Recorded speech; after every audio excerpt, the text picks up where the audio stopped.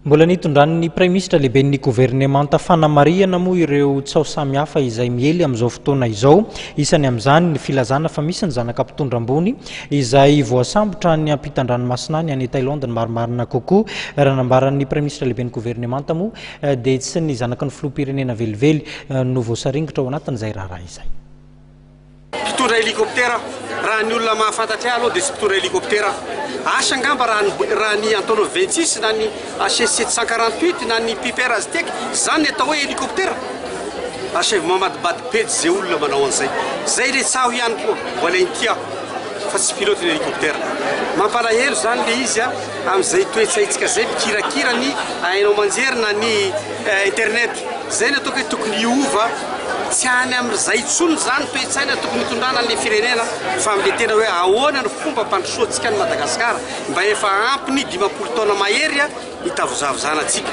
Tsy midika zay teniko zay nitavozavozana ratsy daholo nataon'ny mpitondra teo taloha tsia fa nisy zavatra tsy mety mila renina ary ny fanarenana tsy an'olona rery fa andretrarehetra.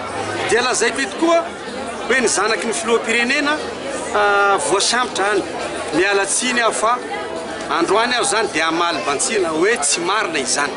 Tamin'ny andro nilazana an'izany dia voalohany tamin'ny andro alarobia no nanomezana ny docteur honoris causa any filoham-pirenena.